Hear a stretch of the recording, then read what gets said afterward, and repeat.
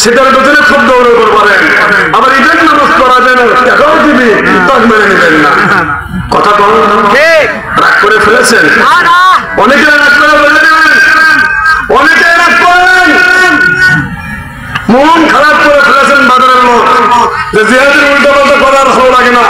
জিহাদে উল্টা পাল্টা পড়ে না, তোমার চোখের সামনে চশমাটা উল্টা পাল্টা, এই জন্য তুমি যা থেকে উল্টা পাল্টা মনে করতেছ। কথা বলেন ঠিক না?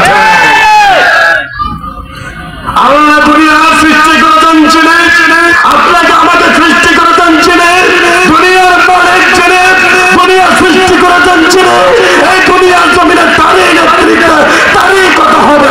কথা বলেন ঠিক না?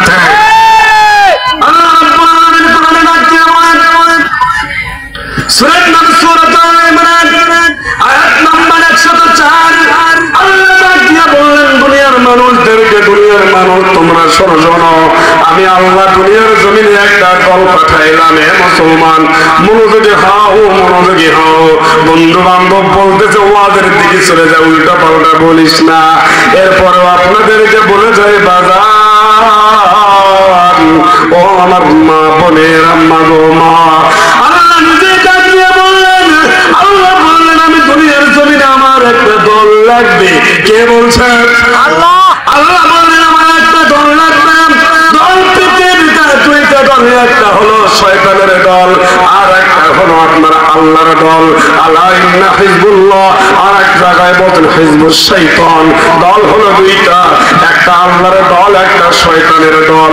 এই দুইটা দলের মধ্যে যদি কোনো কর্মী না থাকে, 3 নাম্বার দলের কর্মী হলে তার নাম কি? রাগ করতেছেন? না না, আল্লাহ বলেন দলের কথা কয়টা? দুইটা। আপনার গোপন জিয়াদিকে মানুষ শুধু গালি পায়, গালি দেয়। রামেশ্বরপুর বাজারের মানুষ বলে তুই কি দল ছাড়া কোনো ওয়াজ করতে পারিস না? আল্লাহ নামাজের কথা কোরআনে বলছে মাত্র 82 বার, কিন্তু দল করার কথা আল্লাহ কোরআনে বলছে 128 বার। বলেন তো 82 বড় না 128 বড়? 128 বড়। আমি তো পুরোটাই ঘটে, সমস্যা কোনটা নাই? কোরআনে কিছু মানবা কিছু মানবা না, এটা হতে পারে না।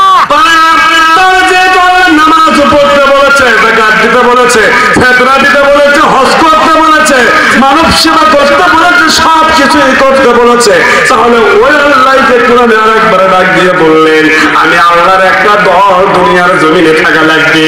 সেই দলের কর্মী তোমাদেরকে হওয়া লাগবে, সেই দলের প্রতিনিধিত্ব তোমাদেরকে হওয়া লাগবে, সেই দলের নেতা কর্মী তোমাদেরকে হওয়া লাগবে। এইবার আওয়াজ দিয়ে বলেন তো, হাত দিয়েছেন যিনি, পা দিয়েছেন যিনি, চক্ষু দিয়েছেন যিনি, ওই আল্লাহর জমিনে ওই আল্লাহর দল যদি আল্লাহ পাঠিয়ে থাকে, সেই দলের কর্মী হওয়া আমাদের দরকার আছে না নাই?